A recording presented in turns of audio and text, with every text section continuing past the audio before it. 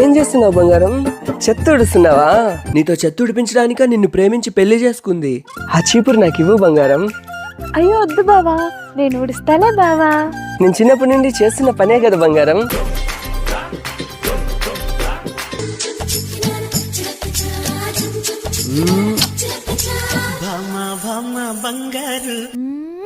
బంగారం చెప్పు బావా. చెప్పాలా?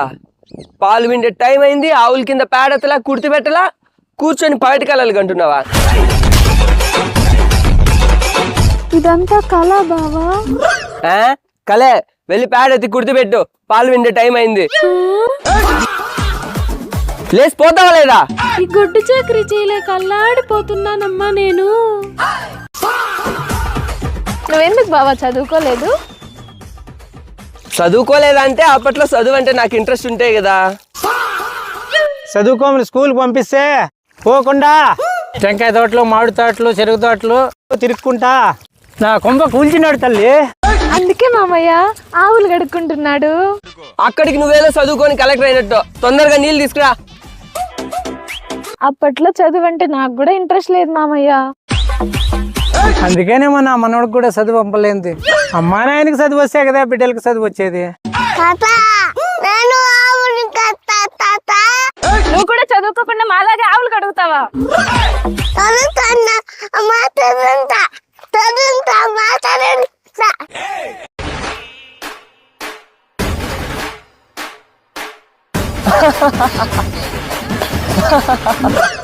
అంత ఖాళీగా ఉంటే ఆ రీల్స్ చూడకుండా నాతో పాటు వ్యవసాయం చేయొచ్చు కదరా. నాయనా, నేను రీల్స్ చూసేదే. ఇప్పుడు నీ బాధ ఏంది? ఇదిగో నువ్వు మళ్ళీ ఆ మాట కూస్తే నీ నాలుక కోసేస్తా. ఏమండి ఇప్పుడు మీ బాధ ఏంటండి? అలా అడుగమ్మా. మన బిడ్డ రోజుకు 3 గంటలే పనిచేసి నెలకు 3 లక్షలకు పైగా సంపాదిస్తున్నాడంటే మీరు గర్వపడాలండి. ఇప్పుడంతా ఏ అయినైనా 8 గంటల పని 2-3 గంటల్లోనే పూర్తవుతుంది. Smart work. అదంతా నాకు తెలీదు.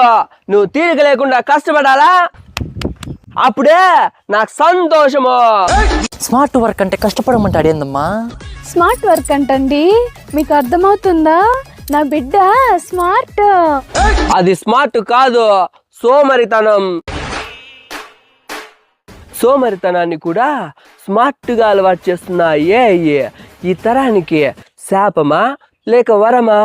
మీరే ఆలోచించండి. ఆ ఏఐ వాడే 8 గంటల పనిని 2-3 గంటల్లోనే పూర్తి చేస్తున్నావు, బాగుంది. కానీ రేపు పొద్దున ఆ 2-3 గంటల పనిని కూడా ఆ ఏఐ నీ నుండి లాగేసుకొని నీకు ఉద్యోగం లేకుండా చేయదని నీకు నమ్మకం ఉందా నాయనా? ఆ ఏఐతో ఎంతో వేగంగా దూసుకుపోతున్నా శారీరక శ్రమ లేకపోతే చిన్న వయసులోనే ఊబకాయము, గుండె జబ్బులు, ఇన్ఫెక్షన్ జబ్బులు, క్యాన్సర్లు వంటి వాటితో బాధపడాల్సి వస్తుంది నాయనా. అయితే ఇప్పుడు 3 లక్షల జాబు వదిలేయమంటావా ఏంది? 3 గంటల డబ్బా ల్యాప్టాప్ లో పని చేయాలా, డబ్బు సంపాదించాలా. మిగిలిన 5 గంటలు నా వెనకమ్మటే పొలం లేకొచ్చి వ్యవసాయం నేర్చుకోవాలా. నిజమే నాన్న, అలా చేస్తే డబ్బుకు డబ్బు, ఆరోగ్యానికి ఆరోగ్యం. ఒకవేళ ఉద్యోగం పోతే సంతోషంగా వ్యవసాయం చేసుకోవచ్చు. అమ్మా అమ్మా, నా వల్ల అవ్వట్లేదు స్వామి. డాక్టర్ రాక రాక పేషెంట్లు మన హాస్పిటల్కి వస్తున్నారు డాక్టర్. అమ్మా, ఇక్కడ కాదు డాక్టర్, ఇక్కడ పెట్టాల్సింది స్టెతస్కోప్. పై మిన్న పెట్టాలా? పాయా? ఓ చెస్టా? అమ్మో కడుపు నొప్పి. డాక్టర్, ఐపీఎల్ బెట్టింగ్ లేసి అప్పుల పాలు అయిపోయాడు డాక్టర్, అందుకే పురుగుల మందు తాగేశాడు డాక్టర్. ఎలాగైనా మీరే కాపాడాలి డాక్టర్. ఏమి కాలేదా? అమ్మయ్యా, ఏమి కాదా? కప్పులో పురుగులు చచ్చిపోతాయి. కడుపులో పురుగులు చచ్చిపోతాయా? కడుపులో పురుగులు చచ్చేలోపు ఈడే చచ్చేలా ఉన్నాడు డాక్టర్. అమ్మా, పూటకి 10 టాబ్లెట్లు వేసుకోవాలా డాక్టర్? ఒక్క టాబ్లెట్ తో తగ్గదా డాక్టర్? అవ్వా.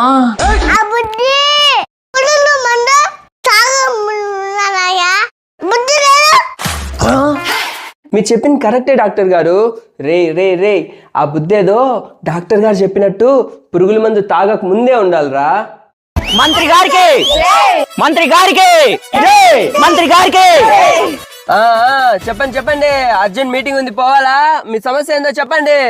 అయ్యగారు 2 సమస్యలు ఉన్నాయి అయ్యగారు మాకు. చెప్పవా? ప్రజలే నా దేవుళ్ళు, ప్రజల సమస్య నా సమస్య. నా ప్రజలకు కష్టం వస్తే నాకు నిద్ర కూడా పట్టదవ్వా. మచ్చలేని మంత్రి గారికి, మనసున్న మంత్రి గారికి, మంత్రి గారికి. అయ్యగారు మా చుట్టుపక్కల గ్రామాలన్నీ అనారోగ్య సమస్యలతో ఇబ్బంది పడుతున్నాయి అయ్యగారు. నా ప్రజలు ఆరోగ్య సమస్యలతో ఇబ్బందులు పడుతున్నారా? కట్టించేద్దాం, ఇమీడియట్ గా ఒక గవర్నమెంట్ హాస్పిటల్ కట్టించేద్దాం. మచ్చలేని మంత్రి గారికి, మనసున్న మంత్రి గారికి.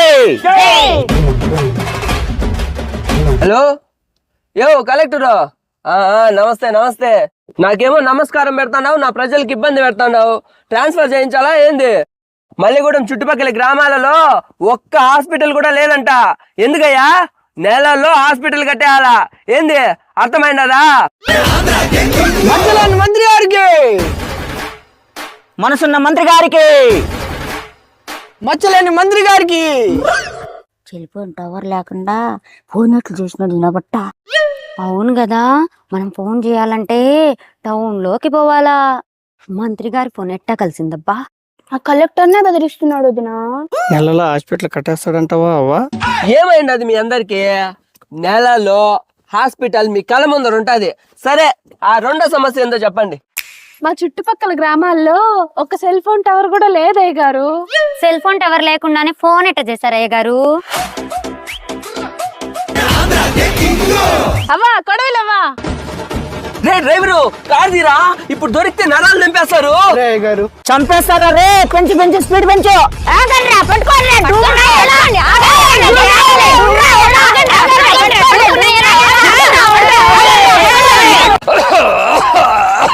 అయ్యగారు పల్లెలు బాగుంటాయి పట్టణాలు బాగుంటాయా అయ్యగారు? పల్లెలే బాగుంటాయిరా సొంట. అవునా అయ్యగారు? పల్లెంటేనే పచ్చదనం, పల్లెంటేనే ప్రకృతి. పల్లె ప్రకృతిని చూస్తే ఆహా ప్రకృతి అంటాం. పట్టణాలు ఆ శబ్దాలు, హడావిడి, ప్రశాంతత లేని జీవితాలను చూస్తే ఓహో అనే తల పట్టుకుంటాము. దా, దా. అయినా ఈ పల్లి ప్రకృతిలో బోడి చెట్లు గొట్లు తప్ప స్పెషల్ ఏముంది అయ్యగారు? బోడి చెట్లు కాదు రాసుంట, కడుపు నింపే కూడే చెట్లు, నీడనిచ్చే కూడే చెట్లు. నువ్వు కట్టే బట్టే చెట్లు. పట్టు పురుగులు, వాటి మేత ఆకులు అంటే ప్రకృతి. అర్థమైంది అయ్యగారు. ఆయువు చెట్లే, ప్రాణవాయువు చెట్లే. నిజమే అయ్యగారు. కాడా చెట్లే, పాడా చెట్లే, నిన్ను కాల్చే కట్టె చెట్లే. అర్థమైనట్టే ఉంది కానీ అవ్వలేదు అయ్యగారు. కాడ కట్టాలన్నా, పాడ ఎత్తాలన్నా, శవాన్ని తగలబెట్టాలన్నా కట్టె కావాల్సిందే. కట్టె కావాలంటే చెట్లు ఉండాల్సిందే రాసుంటా. ఆహా ఆహా, ఎంత చక్కగా చెప్పారు అయ్యగారు. చెట్లే తరువు, చెట్లే మన బ్రతుకు తెరువు. కళ్ళు విప్పి చూడరా, ఒక్క మొక్కైనా పెంచరా.